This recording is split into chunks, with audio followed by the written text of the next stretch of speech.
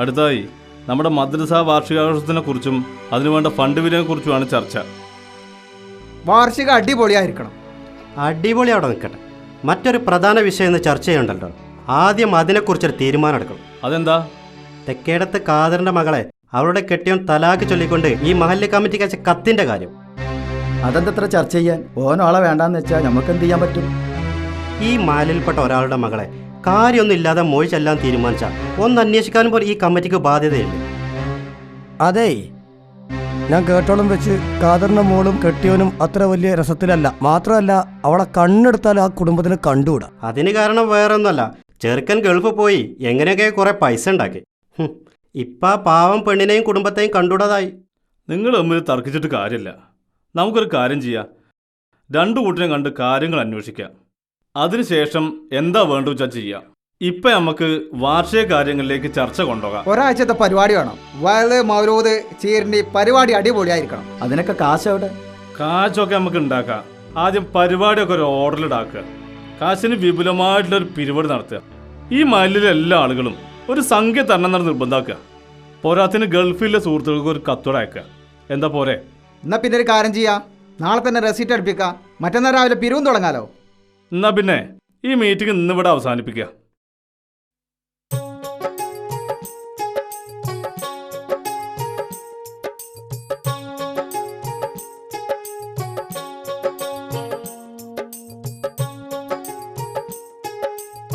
അസ്സലാമലൈക്കും.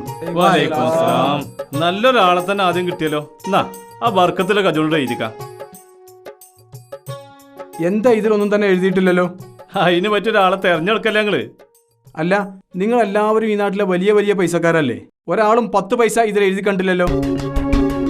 അതിന് പിരിവുകാർ കാശ് വെക്കേണ്ട ആവശ്യമില്ലല്ലോ. എന്നാ ഒരു കാര്യം ചെയ്യ്, ഈ മഹലില് നയാ പൈസക്ക് ഗതിയില്ലാത്ത ധാരാളം നിവാസികളുണ്ട്. ഈ റെസീറ്റ് ബുക്ക് അവരുടെ കയ്യിൽ കൊടുത്താൽ ആ പാവങ്ങളെങ്കിലും പിരിവിൽ നിന്ന് രക്ഷപ്പെടുമല്ലോ. ബുക്കിട്ട് അടിക്കാം. ഇതൊന്നും ഈ നൂറ്റാണ്ടിന് നന്നാവൂല.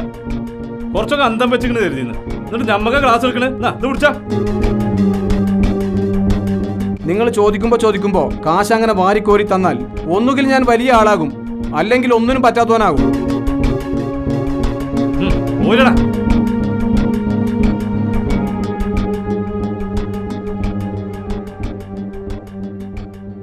അസ്സലാമലൈക്കും. വലൈക്കും അസ്സലാം. നിങ്ങളൊക്കെ അങ്ങോട്ടാ? എങ്ങോട്ട്? തെക്കേതിൽ ഖാദറിന്റെ വീട്ടിലേക്ക്. ഓ, അതങ്ങോട്ട് മറന്നു. നമുക്കൊരു കാര്യം ചെയ്താലോ? അതിനൊരു തീരുമാനം ഉണ്ടാക്കിയിട്ട് പോരാ. ശരി, പോകാം. ഖാദറെ, ഞങ്ങൾ ആ കത്തിനെ കുറിച്ച് അന്വേഷിക്കാലോ എന്ന് കരുതി വന്നതാണ്. ഞങ്ങൾ അത് കേട്ട് തരിച്ചിരിക്കുകയായിരുന്നു. ഇന്റെ മോളെടുത്ത് എന്തെങ്കിലും കുറ്റമുള്ളതായിട്ട് ഇത്രയും കാലമായിട്ട് ഓൻ പറഞ്ഞതായിട്ട് ഞാൻ കേട്ടിട്ടില്ല. പിന്നെന്തിനാ പെട്ടെന്ന് ഇങ്ങനെ ഒരു കത്തയക്കാൻ കാരണം? എനിക്ക് ഒരു പിടിയുമില്ല. ഇന്റെ മോളെ പണ്ടങ്ങൾ വിറ്റിട്ടാവും ഗൾഫിൽ പോയത് തന്നെ. കല്യാണത്തിന് മുമ്പ് ഞങ്ങളെപ്പോലെ തന്നെ അധികം മുതലൊന്നുമില്ലാത്ത കുടുംബമായിരുന്നു. ഈ അടുത്ത കാലത്താണ് വലിയൊരു വീട് വെച്ച് തന്നെ. അത് ശരി. അപ്പൊ പുത്തമ്പണത്തിന്റെ തളപ്പ് തോന്നിയാണല്ലേ? എന്നാ പിന്നെ ഓന്റെ ബാപ്പാനെ കണ്ടെന്നെ ബാക്കി കാര്യം. നിങ്ങൾ പടച്ചോനെ വിചാരിച്ചിട്ട് ഇന്റെ മോളെ കണ്ണീരിനൊരു പരിഹാരം ഉണ്ടാക്കി തരണം. അത് ഞങ്ങൾ ഏറ്റു. പിന്നെ മറ്റൊരു കാര്യം, മദ്രസയുടെ വാർഷികം അടുത്തിരിക്കുകയാണ്. കാര്യമായിട്ട് എന്തെങ്കിലുമൊക്കെ ഒന്ന് കരുതിക്കോളി. ഇപ്പൊ എന്റെ കയ്യിൽ ഒന്നുമില്ല. ഇപ്പൊ വേണ്ട, 2 ദിവസം കഴിഞ്ഞിട്ട് എത്തിച്ചാ മതി. മറക്കണ്ട. എന്നാ ഞങ്ങൾ വരട്ടെ. അല്ല, ഒരു കട്ടൻ ചായെങ്കിലും കുടിച്ചിട്ട് പോയാ പോരെ? അതൊക്കെ പിന്നീടാവും. ഇപ്പൊ ഞങ്ങൾ അവിടെ പോയി വരട്ടെ.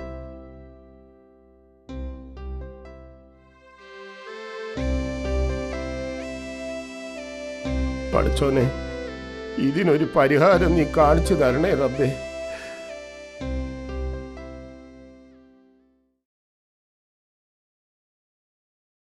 സുലൈമാനെ, അനക്കവരെ വീടറിയോ? കുറച്ച് ദൂരെയാണ്. നമുക്കൊരു വണ്ടി വിളിച്ചു. ആ, അതാ നല്ലത്.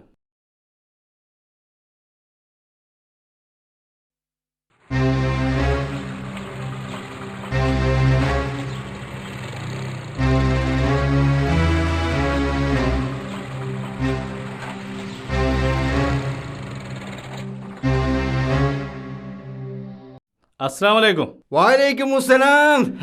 വെരി കുത്തിരിക്കി.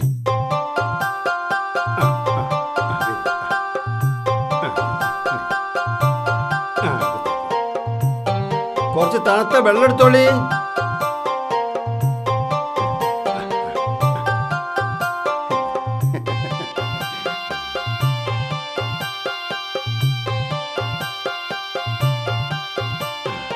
ഇങ്ങനെ തന്നെ.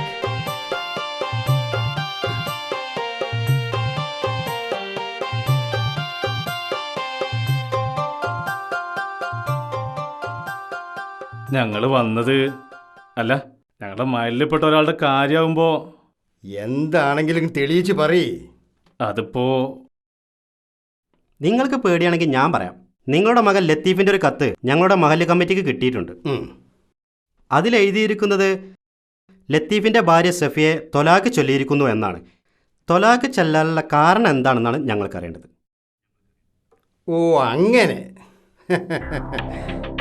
ഒരു പെണ്ണിനെ കെട്ടാനും അതിനെ മൊയ്യല്ലാനും നമ്മളെ മതത്തിന് നിയമമുണ്ടല്ലോ.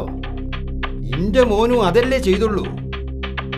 ഇപ്പോഴെങ്കിലും അവനൊരു നല്ല ബുദ്ധി തോന്നിയല്ലോ. പെണ്ണിനെ കെട്ടാനും മൊഴി ചെല്ലാനും ഈ മതത്തിൽ ചില വ്യവസ്ഥയൊക്കെ ഉണ്ട്.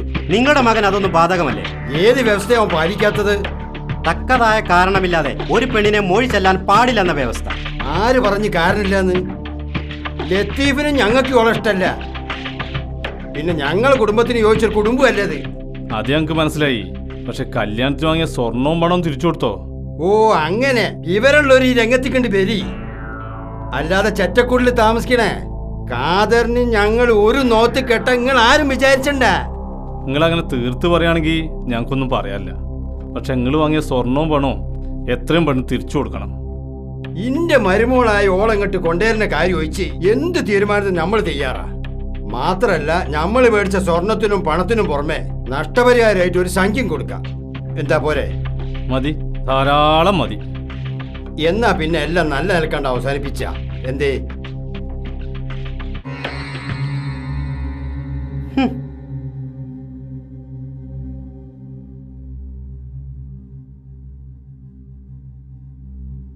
പൈസ എത്ര വേണമെങ്കിലും കൊടുക്കാം.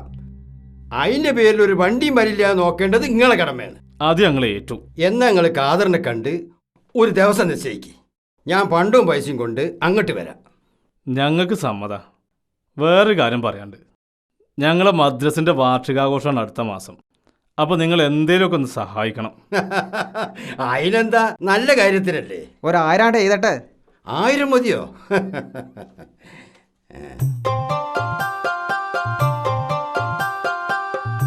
ശരിക്കും എഴുതിട്ടോ. 1000. ഇത് നമ്മളെ വക 1000. അപ്പൊ 2000. മാഷാ അല്ലാ, നിങ്ങളൊരു വലിയ മനുഷ്യൻ തന്നെ. ആദ്യം ഞങ്ങളങ്ങോട്ട് തെറ്റിദ്ധരിച്ചു. എന്നാ പിന്നെ ഞങ്ങളവിടെ ഇറങ്ങട്ടെ. ആയിക്കോട്ടെ. അസ്സലാമു അലൈക്കും. ഖാദറിന്റെ മകളെ തൊലാക്ക് ചെല്ലാൻ മഹല്ല് കമ്മിറ്റി അങ്ങോട്ട് അനുവാദം കൊടുത്തു.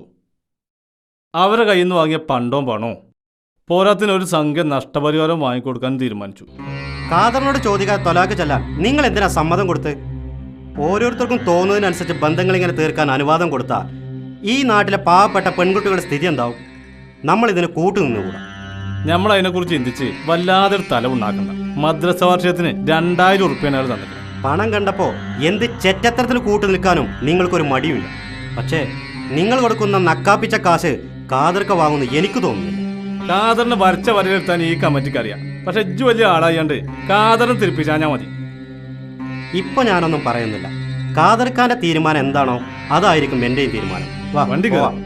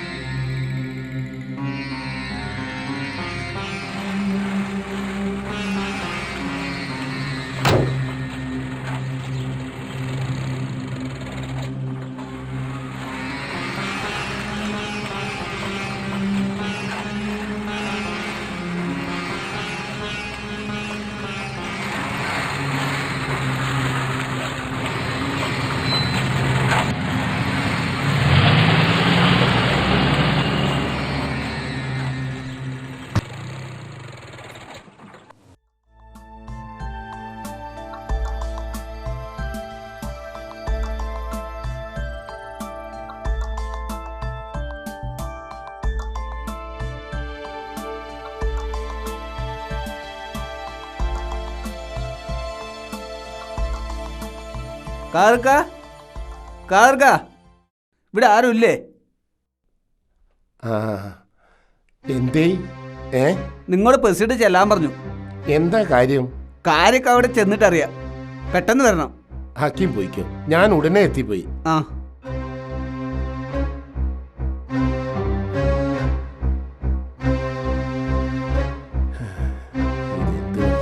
ാണാവോ?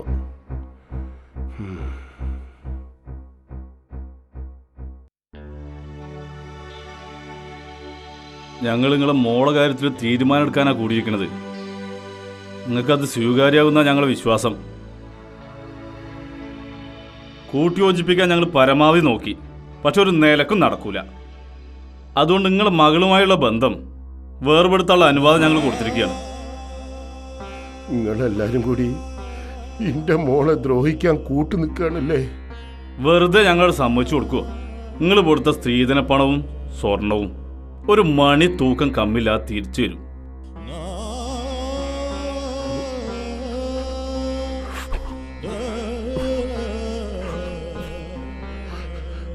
മാത്രമല്ല നല്ലൊരു സംഖ്യ നഷ്ടപരിഹാരവും വാങ്ങിത്തരും. എന്താ ഇങ്ങനെയൊക്കെ പോരെ?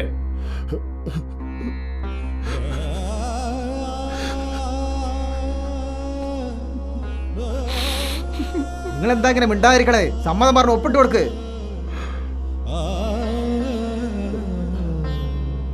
എനിക്ക് എന്റെ മോളോടൊന്ന് ചോദിക്കണം. ഓളെ ഭാവി തീരുമാനിക്കേണ്ടത് ഓള് തന്നെയാ. എന്താ നിങ്ങളെ തീരുമാനം ഓൾ അനുസരിക്കൂലേ? ഇക്കാര്യത്തില് ഓളെ തീരുമാനം എന്റതും. എന്നാ പെട്ടെന്ന് പോയി അവളെ തീരുമാനം അറിഞ്ഞു വരും. മരക്കാരാജിക്കും മറ്റും പോകാൻ തീർത്തിട്ടുണ്ട്. ആ അത് തന്നെ.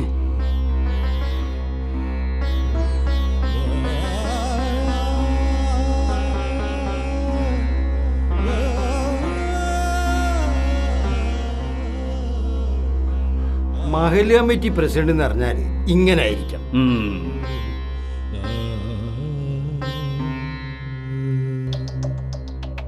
കാതറേ, എന്താ എല്ലാരും കൂടി? കേറിയിരിക്കി, ബാപ്പ കിടക്കാണ്. ഞങ്ങൾ ഇതിന്റെ സൽക്കാരം കൂടാൻ വന്നൊന്നല്ല. കാതറിന്റെ സമ്മതം വാങ്ങാൻ വന്നിട്ടേ മണിക്കൂറുകളായി. കാണാനായിട്ട് തെരഞ്ഞു വന്നാ. എന്റെ സമ്മതോ? എന്തിന്? കാതർ എന്നോടൊന്നും പറഞ്ഞില്ല. എന്നാ കേട്ടോ, ഇതൊന്ന് വായിച്ചു കൊടുത്താ. കാഞ്ഞിരത്തിങ്കൽ മരക്കാർ ഹാജിയുടെ മകൻ ലത്തീഫും തെക്കേതിൽ ഖാദറിന്റെ മകൾ സഫിയയും തമ്മിലുള്ള വിവാഹബന്ധം ഇരു കൂട്ടരുടെയും സമ്മതപ്രകാരം വേർപിരിക്കാൻ മഹല്ല് കമ്മിറ്റി തീരുമാനിച്ചിരിക്കുന്നു.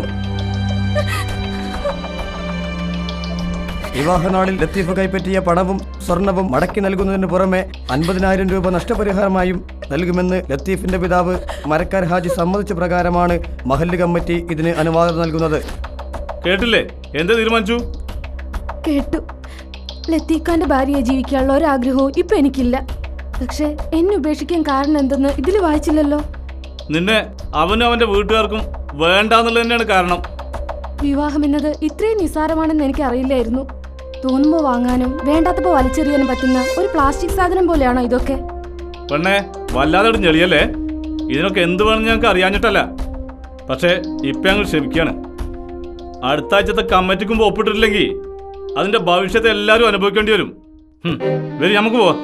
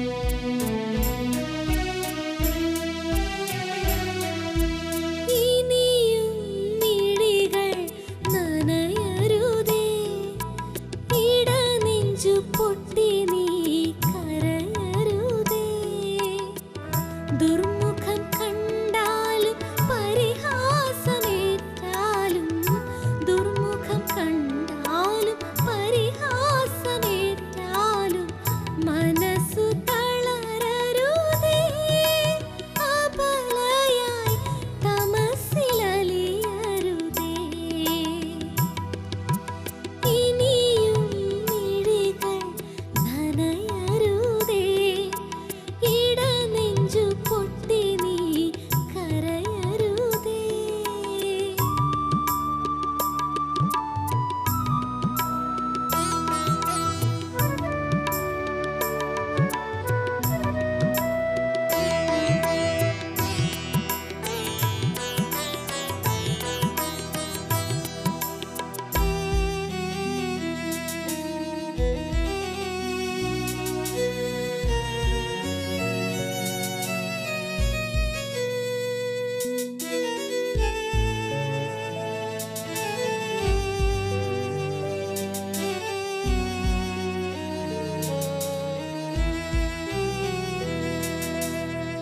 എന്തിനു നീയൊരു നൊമ്പരത്തെ പൂവായി വാടിക്കൊഴിയണം മണ്ണിൽ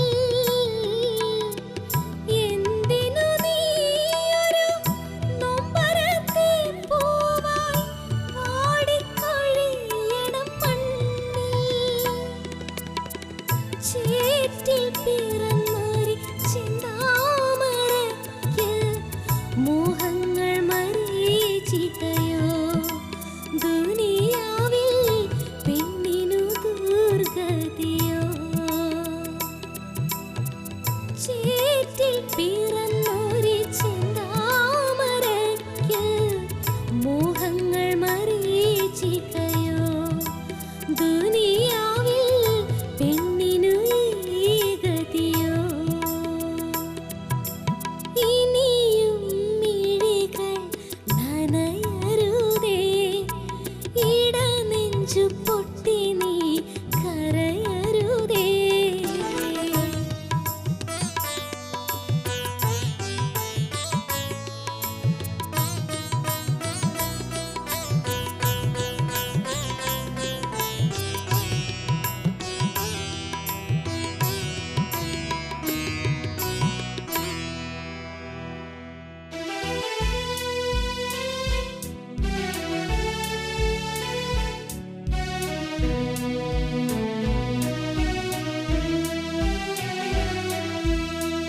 ഇന്നലെ പുഞ്ചിരി സൽക്കാരം തന്നവർ പൊയ്മുഖമണിയുന്നതെന്തേ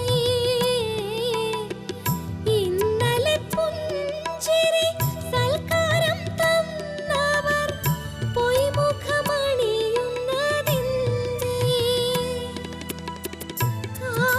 കാറ്റിലുലയുമി ജീവിതനൗകയെ തകരാതെ കാത്തിടണേ ഇലാഹി ആശ്വാസമരുളിടണേ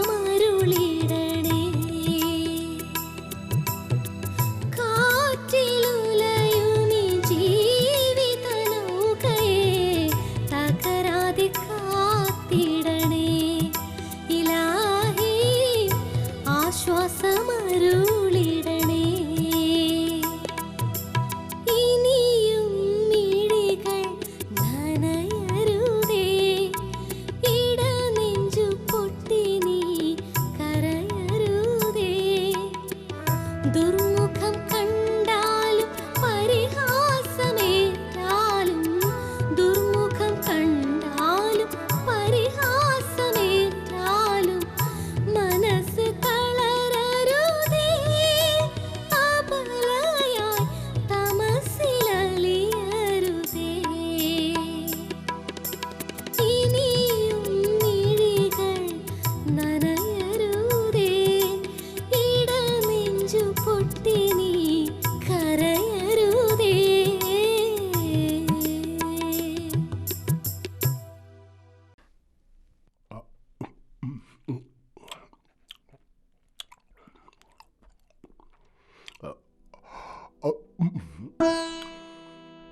വാപ്പാ വാപ്പാക്ക് ഈ മോളോട് ദേഷ്യമുണ്ടോ?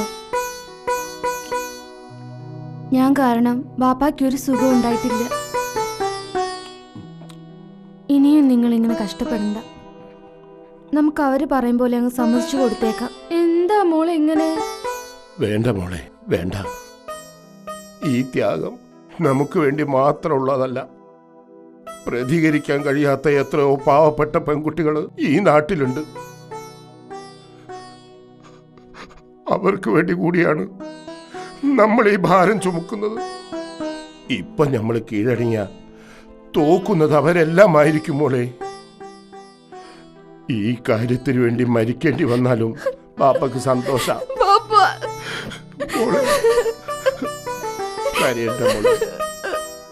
പഠിച്ചവൻ എന്തെങ്കിലും ഒരു വഴി കാണിച്ചു തരും.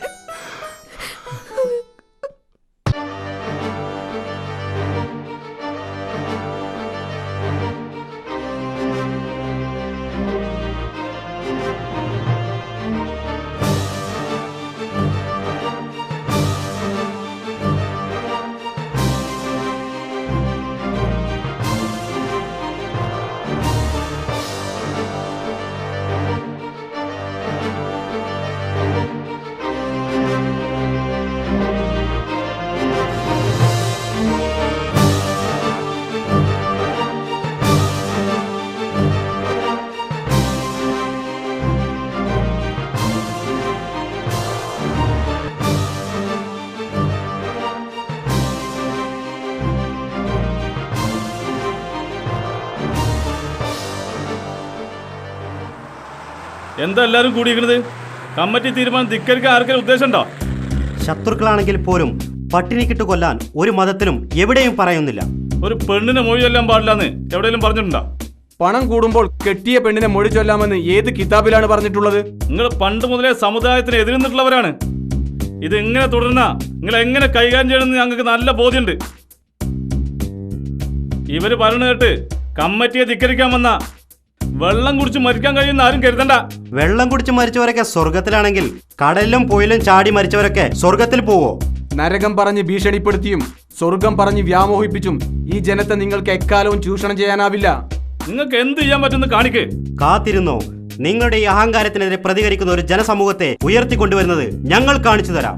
നിങ്ങളുടെ ഈ വായാടിത്തം ഇന്ന് അവസാനിപ്പിക്കാൻ ഞങ്ങൾക്ക് അറിയാഞ്ഞിട്ടല്ല, പക്ഷെ നിങ്ങൾ എത്രത്തോളം പോകുമെന്ന് ഞങ്ങളൊന്ന് കാണട്ടെ. ശരി, കാണാം.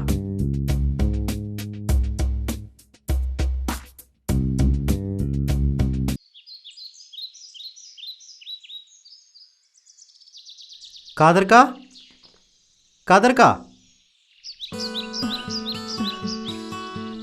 ബാപ്പാക്ക് സുഖമില്ല, അകത്തുണ്ട്. ഹോസ്പിറ്റലിൽ പോണോ? അതൊന്നും വേണ്ട, ഭക്ഷണം കഴിക്കാത്തതിന്റെ ക്ഷീണ. ഇതിൽ കുറച്ച് ദിവസത്തേക്കുള്ള വീട്ടു സാധനങ്ങളുണ്ട്. പെട്ടെന്ന് ഭക്ഷണം ഉണ്ടാക്കി വാപ്പയ്ക്ക് കൊടുക്ക്. ഇനിയിപ്പോ നിങ്ങളും നിങ്ങളെ കുടുംബക്കാരും കഷ്ടത്തിലാവുമല്ലോ. നമ്മൾ ആരെ പേടിക്കണം? നിങ്ങൾ തെറ്റൊന്നും ചെയ്തിട്ടില്ലല്ലോ. സഫിയാന്റെ ആവശ്യം ന്യായമാണ്. മൊഴി ചൊല്ലുന്നതിന്റെ കാരണം മാത്രമല്ലേ നിങ്ങൾ ആവശ്യപ്പെട്ടിട്ടുള്ളൂ. അത് സഫിയാന്റെ അവകാശം കൂടിയാണ്. ശരിയായിരിക്കാം. സഫിയയെ പിന്തുണച്ചതിന്റെ പേരിൽ എന്ത് നടപടി ഉണ്ടായാലും അതിനെ നേരിടാൻ ഞങ്ങളും ഞങ്ങളുടെ കുടുംബാംഗങ്ങളും തയ്യാറായി കഴിഞ്ഞു. എവിടെ കാദർക്ക? അകത്തുണ്ട്, വരി.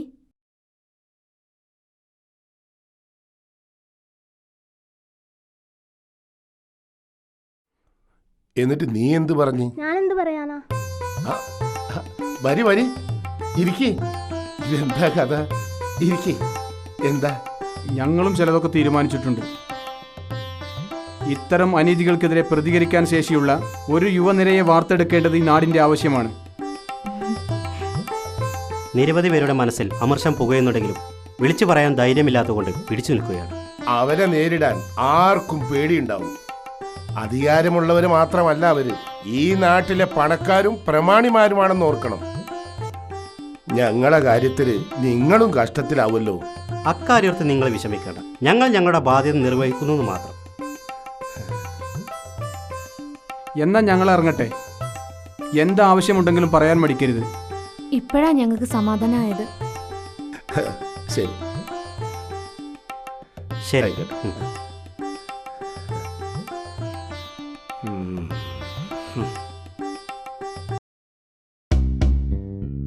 കമ്മിറ്റി തീരുമാനത്തെയും സമുദായത്തെയും എതിർക്കുന്ന സുലൈമാനെയും കൂട്ടരെയും പുറത്താക്കണം. പണക്കാരുടെ മൂട് താങ്ങി സമുദായത്തിലെ പാവങ്ങൾ ദ്രോഹിക്കുന്ന പ്രസിഡന്റും കൂട്ടും പുറത്തു പോകണം. എല്ലാവരും ശാന്തരായിരിക്കും. എല്ലാവർക്കും അഭിപ്രായം പറയാൻ അവസരമുണ്ട്. എനിക്ക് ആദ്യമായി പറയാനുള്ളത്, കമ്മിറ്റിയെ തീരുമാനം എടുത്താൽ അത് വിജയിപ്പിക്കേണ്ട എല്ലാവരുടെയും ബാധ്യതയാണ്. സുലൈമാന്റെ തീരുമാനം ഒരിക്കലും അംഗീകരിക്കാൻ പാടുള്ളതല്ല. അത്രക്കാരെ ഉടനെ കമ്മിറ്റിയിൽ പുറത്താക്കണം. സാധാരണക്കാരുടെ മേൽ കുതിര കയറുന്ന ഈ കമ്മിറ്റിയിൽ തുടർന്നു പോകാൻ എനിക്കൊരു താല്പര്യമല്ല. പാവപ്പെട്ടവർക്ക് വേണ്ടി എന്തെങ്കിലും ഒരു ഉപകാരം ചെയ്തിട്ടുണ്ടോ ഈ കമ്മിറ്റി? നമ്മൾ അതൊന്നും പറഞ്ഞിട്ടൊന്നും കാര്യമില്ല. ഇവിടെ പ്രസിഡന്റാണ് കാര്യങ്ങളൊക്കെ തീരുമാനിക്കുന്നത്. നമ്മളത് അങ്ങോട്ട് അനുസരിച്ചാൽ മതി. അതിന് പ്രസിഡന്റ് ഓസാരത്തിൽ ജീവിക്കുന്ന നിങ്ങളെ പോലെയുള്ളവരെ നോക്കിയാൽ മതി. എന്നെ അതിന് കിട്ടൂല. എത്ര ഉറഞ്ഞുള്ളിട്ടും കാര്യമില്ല. കാതർപടി കാലിൻ്റെ ഉള്ളിൽ വരാതെ ഞാൻ വിട്ടുകൊടുക്കൂല. ഖാദർ ജീവനോടെ നിങ്ങളുടെ കാലിന്റെ ചോട്ടിൽ വരുന്നത് നിങ്ങളുടെ വെറും സ്വപ്നം മാത്രമാണ്. തൽക്കാലം ഈ യോഗം പിരിയാ. ഇനി മദ്രസ വാർഷികത്തിന് ശേഷം വീണ്ടും കൂടാം.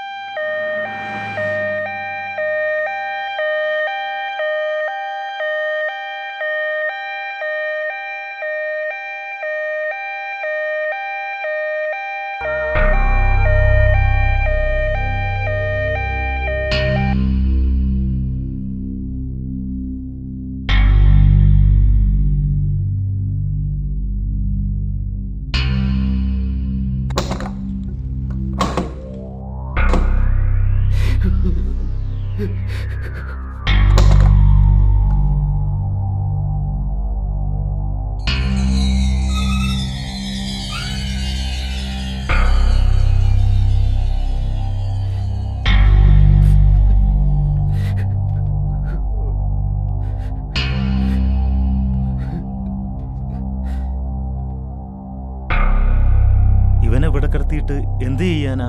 ഒരാളുടെ സഹായം വേണ്ടേ? അതിനിപ്പോ ഞമ്മക്ക് എന്താ ചെയ്യാൻ പറ്റുക? സഫിയെ കണ്ട് കാര്യങ്ങൾ പറയുക. എന്നിട്ട് ഈ അവസ്ഥയിൽ അവൾക്കെന്തെങ്കിലും ചെയ്യാനായല്ലോ. ഒന്ന് ശ്രമിച്ചു നോക്കുക. സ്ഥലം അറിയില്ലേ? അറിയാം. എന്നാ പോ.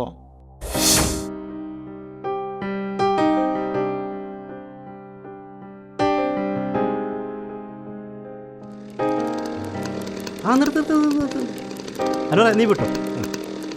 അസ്സലാമലൈക്കും. വലൈക്കും അസ്സലാം. എന്തായി വൈക്കൊക്കെ? ഒരു അത്യാവശ്യ കാര്യത്തിന് വന്നാണ്.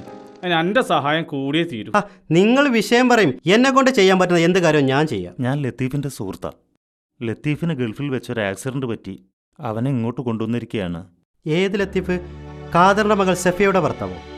അതെ, മരണത്തിന്ന് കഷ്ടിച്ച് രക്ഷപ്പെട്ടതാണ്. ശരീരത്തിൻ്റെ മുക്കാഭാഗവും അവശനിലയില്ല. അതിനിപ്പോൾ എന്നെ കൊണ്ട് എന്ത് ചെയ്യാൻ പറ്റും? ഏതെങ്കിലും നല്ലൊരു ഹോസ്പിറ്റലിൽ അഡ്മിറ്റ് ചെയ്താൽ പോരെ? അതന്നെയാണ് ഞങ്ങളെ ഉദ്ദേശം. അതിന് അവനോട് അടുപ്പല്ല ആരെങ്കിലും വേണ്ടേ? അതിനുവേണ്ടി അവൻ്റെ ഭാര്യയെ ഒന്ന് പറഞ്ഞ് സമ്മതിപ്പിക്കണം. നിങ്ങൾക്ക് കാര്യങ്ങളെക്കുറിച്ച് ഒരു ബോധമല്ലേ? അവൻ കാരണം ആ പെണ്ണും കുടുംബവും അനുഭവിക്കുന്ന കഷ്ടപ്പാടുകൾ എത്ര നിങ്ങൾക്കറിയും. ഇതും പറഞ്ഞാൽ കൊണ്ട് ചെന്നാൽ മതി, അവർ കുറ്റിച്ചൂലെടുത്തടിക്കും. നിങ്ങൾ കൈവിടരുത്. എല്ലാ കുറ്റങ്ങളും ഏറ്റുപറഞ്ഞ് ലത്തീഫിനെ കൊണ്ട് മാപ്പ് പറയിച്ചോളാം. അവൻ്റെ ഇപ്പോഴത്തെ നില അത്രയ്ക്കും പരിങ്ങലിലാണ്. നിങ്ങളുടെ ഈ നിസ്സഹായ അവസ്ഥയിൽ ഞാൻ എന്ത് ചെയ്യാനാ? നിങ്ങളിപ്പോൾ അതൊന്നും ചിന്തിക്കണ്ട. നിങ്ങൾ അവിടെ വരെ ഞങ്ങളിവിടെ വരണം. കാര്യങ്ങളൊക്കെ ഞങ്ങൾ അവരെ പറഞ്ഞ് ബോധ്യപ്പെടുത്തിക്കോളാം. എന്നാൽ ശരി, പോയി നോക്കാം.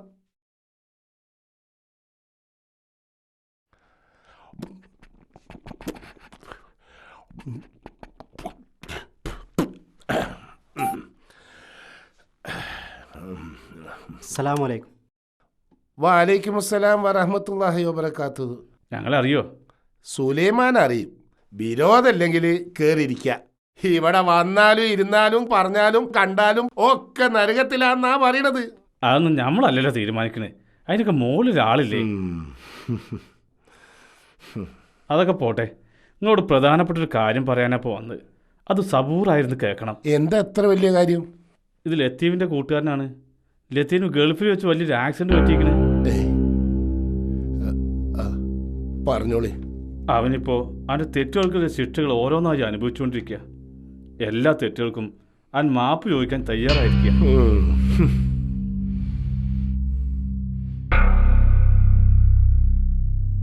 നിങ്ങൾക്ക് അവനോട് പുറത്തൂടെ?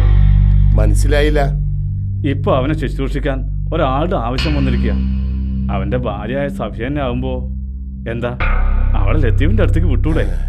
ഇതൊന്നും എൻ്റെ പരിധിപ്പെട്ട കാര്യങ്ങളല്ല. ഒക്കെ സഫിയയുടെ അവകാശ. അങ്ങനെയാണെങ്കിൽ അവളെ ഒന്ന് വിളിക്കി, ഞങ്ങളൊന്ന് സംസാരിക്കാം. മോളെ സഫിയ.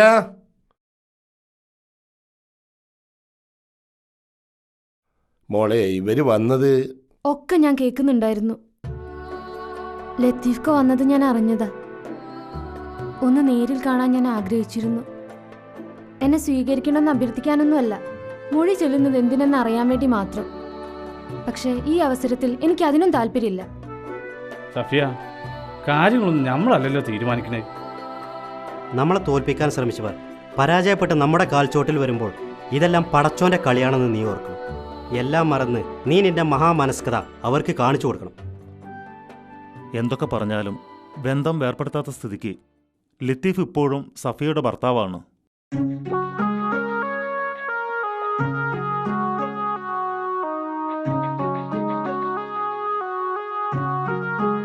സ്വന്തം ഭർത്താവിനെ പരിചരിക്കേണ്ടത് മറ്റാരെക്കാളും ഭാര്യയുടെ കടമയാണ്.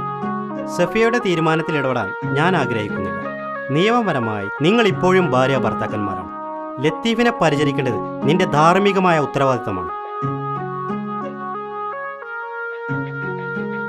എന്തായാലും എത്രയും പെട്ടെന്ന് തന്നെ ഒരു തീരുമാനം എടുക്കണം.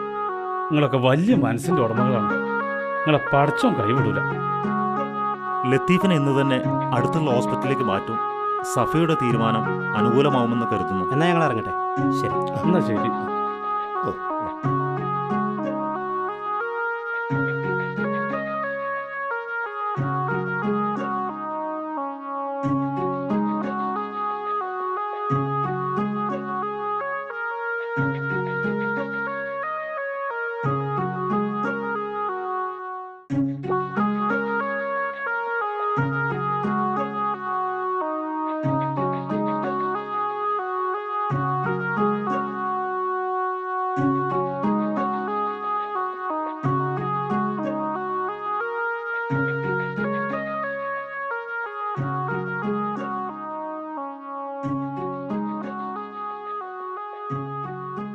ഞാനൊന്ന് പുറത്തേക്ക് ഇറങ്ങട്ടെ.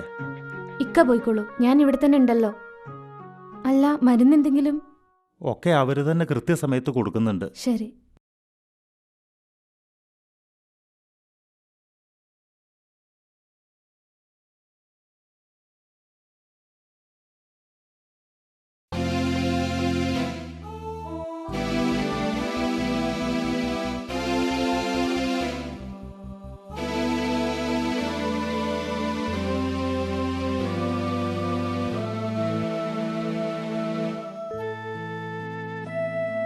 കരിക്കട്ട എന്നോർത്ത് ദൂരെ കളഞ്ഞത് മാണിക്യമായിരുന്നു, വിലയേറും മാണിക്യമായിരുന്നു. കഥയറിയാതെ ഞാൻ തട്ടിക്കളഞ്ഞത് സൗഭാഗ്യമായിരുന്നു, ജീവിത സൗഭാഗ്യമായിരുന്നു. കരിക്കട്ട എന്നോർത്ത് ദൂരെ കളഞ്ഞത് മാണിക്യമായിരുന്നു, വിലയേറും മാണിക്യമായിരുന്നു.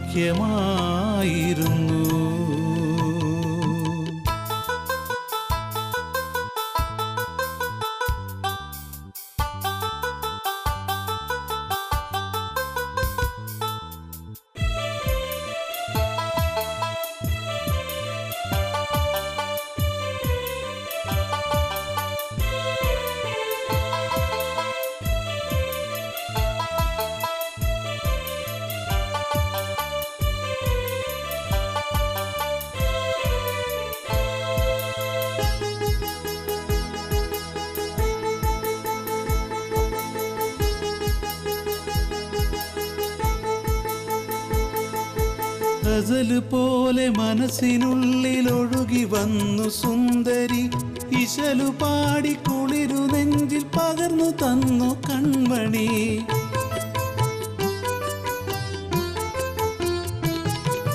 ഗസല് പോലെ മനസ്സിനുള്ളിൽ ഒഴുകി വന്നു സുന്ദരി, ഇശലു പാടി കുളിരു നെഞ്ചിൽ പകർന്നു തന്നു കൺമണി. കിളികളായി മധുനുകർന്നും കൊക്കുരുമ്മിയും, കിളികളായി മധുനുകർന്നും കൊക്കുരുമ്മിയും, കഴിഞ്ഞ കാല സ്മരണ പോലും എത്ര മോഹനം. കരിക്കട്ട എന്നോർത്ത് ദൂരെ കളഞ്ഞത് മാണിക്യമായിരുന്നു, വില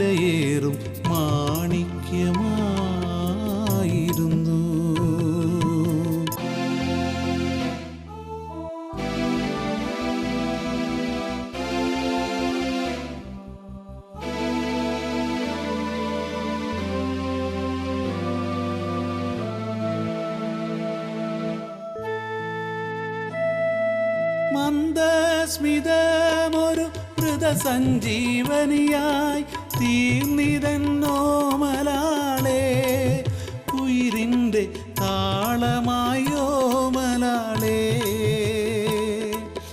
മന്ദസ്മിതമൊരു മൃതസഞ്ജീവനിയായി തീർന്നിതെന്നോമലാളെ ഉയിരിൻ്റെ താളമായോമലാളെ പണവും പ്രതാപവും സ്നേഹത്തിൻ മുന്നിൽ തൃണമായി മാറിയല്ലോ എന്നെ നീ ഞാനാക്കി മാറ്റിയല്ലോ എന്നെ നീ ഞാനാക്കി മാറ്റിയല്ലോ കരിക്കട്ട എന്നോർത്തു ദൂരെ കളഞ്ഞത് മാണിക്യമായിരുന്നു വിലയേറും മാണിക്യമായിരുന്നു കഥയറിയാതെ ഞാൻ തട്ടിക്കളഞ്ഞത് സൗഭാഗ്യമായിരുന്നു ജീവിത സൗഭാഗ്യമായിരുന്നു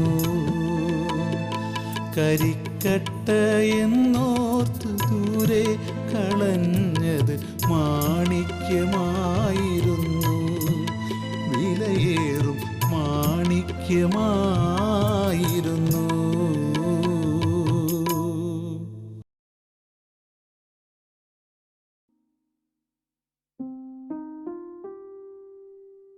സഫിയ, നീ വേണമെങ്കിൽ വീട്ടിൽ പോയിക്കോ. ഞാനിന്ന് ഇവിടെ നിൽക്കാം. വേണ്ടക്ക, ഇനി 2 ദിവസം കൂടി എന്നല്ലേ ഡോക്ടർ പറഞ്ഞത്. ഞാൻ നിന്നോളാം. ഓക്കെ, സഫിയയുടെ ഇഷ്ടം പോലെ ചെയ്യാം. ഇക്ക അവിടെ തന്നെ ഉണ്ടാവോ? ഞാൻ മരുന്നുമായിട്ട് വരാം. ശരി.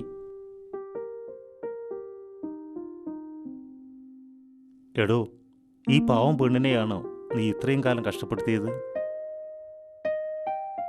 അതൊന്നും ഉപ്പന്നെ ഓർമ്മപ്പെടുത്തല്ലേ. പണം ഉണ്ടാക്കാനുള്ള അത്യാർത്ഥിയിൽ ദയയും സ്നേഹമൊക്കെ ഞാൻ മറന്നുപോയി. നീ തൊലാക്ക് ചൊല്ലി അയച്ച കത്തിപ്പോൾ എവിടെയാണ്? അതാ മല്യമ്മറ്റിയുടെ കയ്യിലാണ്. ഇവിടുന്ന് ഡിസ്ചാർജ് ആവണ ദിവസം തന്നെ അത് തിരിച്ചു വാങ്ങണം. ഇപ്പോൾ പണമാണോ ഭാര്യയാണോ വലുത്? പണം കൊണ്ട് നേടാൻ കഴിയാത്ത എത്രയോ വലിയ കാര്യങ്ങളുണ്ടെന്ന് ഇപ്പം ഞാൻ മനസ്സിലാക്കി. പണം എന്നത് ഒരു ഭ്രാന്താണ്. അതിൻ്റെ പിന്നാലെ പോയാൽ മറ്റെല്ലാ നന്മകളും ഇല്ലാതാകും. സഫിയയുടെ സ്നേഹപരിചരണത്തിന് മുമ്പിൽ പണത്തോടുള്ള എൻ്റെ ഭ്രമം തോറ്റുപോയി. കഴിഞ്ഞത് കഴിഞ്ഞു. ഇനി അതോർത്ത് വേവലാതിപ്പെടേണ്ട.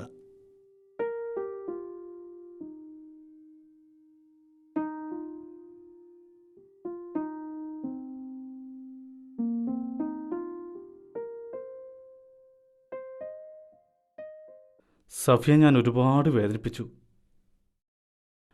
അതിനുള്ള ശിക്ഷയാണ് ഞാനിപ്പോൾ അനുഭവിച്ചുകൊണ്ടിരിക്കുന്നത്. ലോകത്തൊരു സ്ത്രീയും എൻ്റെ സഫിയോടൊത്തില്ല. സഫി എന്തൊന്നും ഉണ്ടാത്തത് എങ്ങനെ ഉണ്ടാനാ അല്ലേ? ഒരു സമൂഹം മുഴുവനും സഫിയാനും കുടുംബത്തിനെ ഒറ്റപ്പെടുത്തിയില്ലേ? അതും ഞാൻ കാരണം.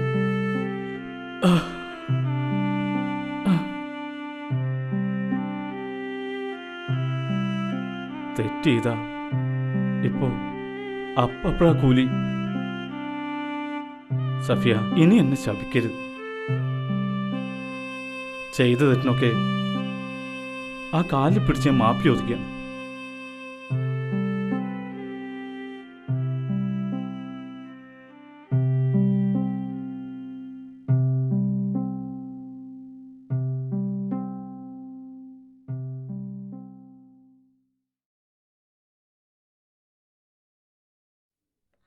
Latheef, now you are perfectly okay. വീട്ടിൽ പോയി റെസ്റ്റ് എടുത്താൽ മതി. ശരി. എല്ലാം ഭാര്യയുടെ പ്രാർത്ഥനയുടെ ഫല. മരുന്ന് കൃത്യമായിട്ട് കഴിക്കണം. മുറിവൊക്കെ പെട്ടെന്ന് ഭേദമാകണ്ടേ? ശരി. ശരിയെന്നാ.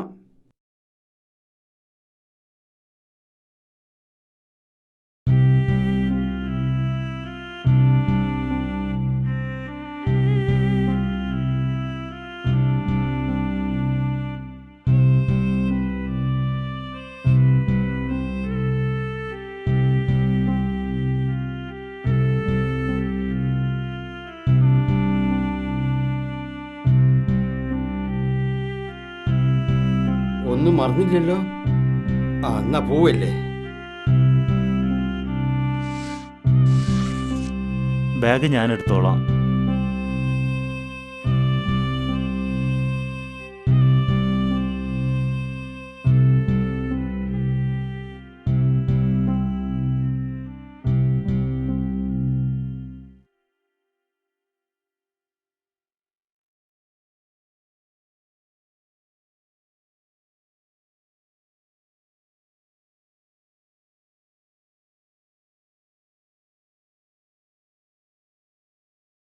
സഫി എവിടെ? മുറിന്ന് ഒന്നിച്ച് പുറത്തിറങ്ങിയാണല്ലോ. ശരിയാണല്ലോ. ഇത്ര പെട്ടെന്ന് അവളിത് എവിടെ പോകാനാ? നീയൊന്ന് സമാധാനപ്പെട്. അവൾ വീട്ടിൽ പോയി കാണും. ഒന്നും പറയാതിങ്ങനെ. നമുക്കൊന്ന് പോയി നോക്കാം. ബാപ്പ പോയിക്കോ, ഞങ്ങൾ പുറകെ വരാം. ശരി. ഒരു സ്ത്രീ ഇപ്പോൾ ഇവിടെ വന്നോ? ഫ്രണ്ടിലൊരു ഓട്ടോയിൽ ഇപ്പോൾ കയറി പോകണുണ്ട്. ആമിന, ഡിസ്ചാർജ് ആയ മോളെ? എന്നിട്ടെന്താ, അയാൾ അയാളുടെ വീട്ടിലേക്ക് പോയി. മോളോട് ഒന്നും പറഞ്ഞില്ലേ? എന്തൊക്കെയോ പറയാനുണ്ടായിരുന്നു, ഞാൻ ഒന്നിനും ചെവി കൊടുത്തില്ല. എല്ലാം പഠിച്ചോന്റെ കളിയാ, അല്ലെങ്കിൽ ഇങ്ങനെയൊക്കെ സംഭവിക്കൂ. ബാപ്പാ, നമ്മൾ ഇറങ്ങുക. എങ്ങോട്ട്? വായി കയറിയ പടച്ചോൻ തന്നെ ചോറ് തരൂന്ന് നിങ്ങളൊക്കെ തന്നെയല്ലേ പഠിപ്പിച്ചത്. എന്നിട്ടിപ്പോ? മോള് പറഞ്ഞതായിരുന്നു ശരി. ഒരുങ്ങിക്കോളി, ചെല്ലു.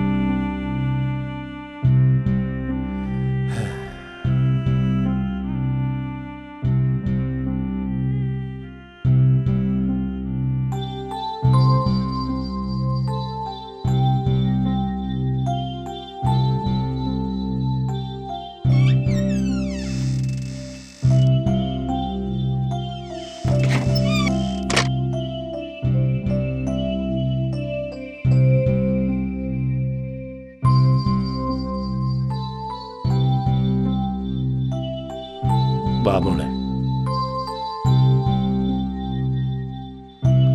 നടന്നോളി.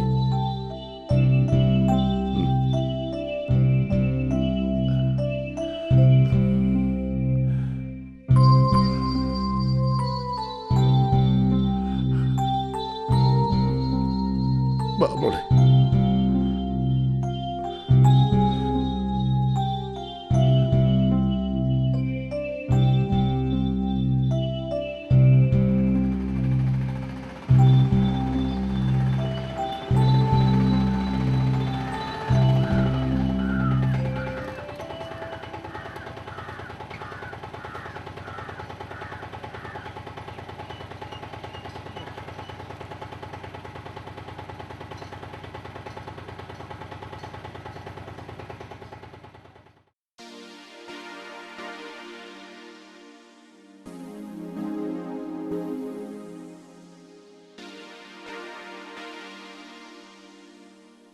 വീട് പൂട്ടിയിരിക്കാണല്ലോ. ഒന്നാ വീട്ടിൽ അന്വേഷിച്ചാലോ?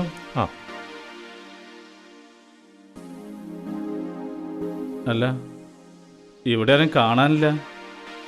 അവർ കുറച്ച് മുമ്പ് ഇവിടുന്ന് പോണത് കണ്ടു. അവരോടൊന്നും മിണ്ടാൻ പാടില്ലാത്തതുകൊണ്ട് ഒന്നും ചോദിച്ചില്ല.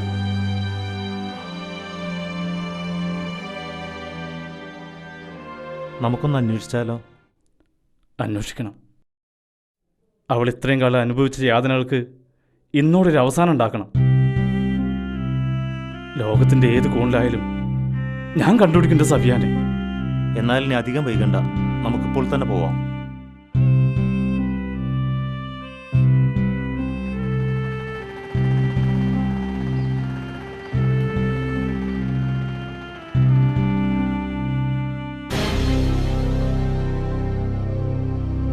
എന്താപ്പ ഈ വരവിന്റെ ഉദ്ദേശം? ഞങ്ങള് തോറ്റുപോയി. നിങ്ങൾ പറയുന്നത് എന്തും അനുസരിക്കാൻ ഞങ്ങൾ തയ്യാറാണ്. ഈ ബുദ്ധി കുറച്ച് നേരത്തെ തോന്നിയിരുന്നെങ്കിൽ ഇത്രമാത്രം കഷ്ടപ്പെടേണ്ടി വരില്ലായിരുന്നല്ലോ. കാതറേ, കളിക്കുമ്പോ നോക്കി കളിക്കണം. നിങ്ങളൊക്കെ ഇവിടുത്തെ വലിയ ആൾക്കാരല്ലേ, നിങ്ങളോട് വാശി പിടിക്കാൻ ഞങ്ങൾക്ക് ശേഷിയുണ്ടോ? അത് എപ്പോഴേലും സമ്മതിച്ചു വന്നല്ലോ, നന്നായി. ഇനി ആർക്കൊരു എതിരഭിപ്രായം ഉണ്ടോ? എന്താടി? ഇല്ല.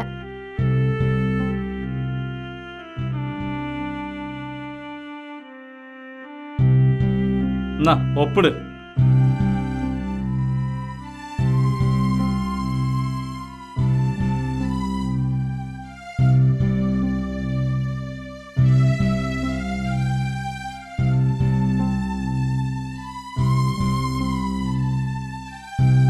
ഇതാ, ഇത് നിങ്ങൾക്കുള്ളതാ. സ്ത്രീധന പണവും പണ്ടങ്ങളും നഷ്ടപരിഹാരമായിട്ട് 50,000 ഉറുപ്പിക. വേണ്ട, ഇത് നിങ്ങൾ തന്നെ എടുത്തോളി. നിങ്ങൾക്കും വേണ്ടെങ്കിൽ ഇത് തന്നെടുത്ത് തന്നെ കൊടുത്തോളി. ശരിക്കും ആലോചിച്ചിട്ടാണ് ഈ പറയണത്. ആലോചിക്കാതെ മുമ്പും ഞങ്ങൾ ഒന്നും പറഞ്ഞിട്ടില്ല. മത നിയമങ്ങളും വിവാഹ ബന്ധങ്ങളും ഒക്കെ പണം കൊണ്ട് വാങ്ങുകയും വിൽക്കുകയും ചെയ്യുന്ന നിങ്ങളുടെ ഒക്കെ ആർത്തി തീരട്ടെ. വാ മോളെ.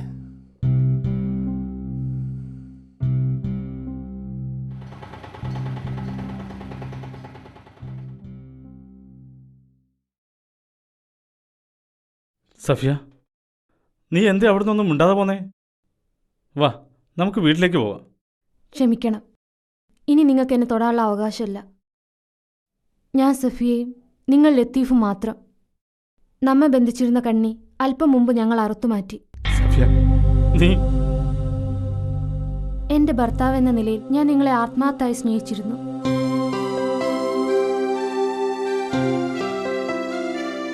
പക്ഷേ നിങ്ങൾ എന്നെ പണവുമായി താരതമ്യം ചെയ്തു. അതിൽ ഞാൻ തോറ്റുപോയി. ഞാനൊരു നഷ്ട കച്ചവടമായി. അതുകൊണ്ട് ഞാൻ പോവാണ്. നിങ്ങളുടെ വിവാഹ കച്ചവടത്തിൽ ഇനി ഞാനൊരു വിലങ്ങുതടിയാവില്ല.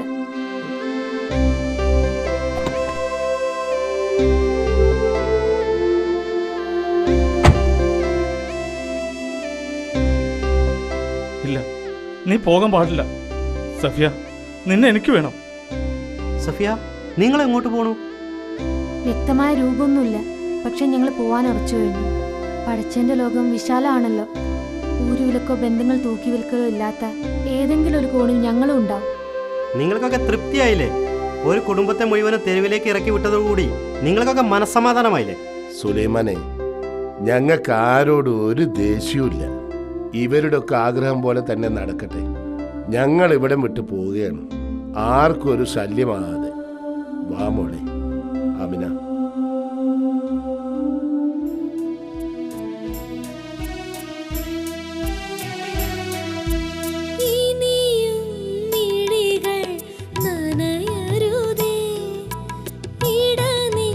പൊട്ടി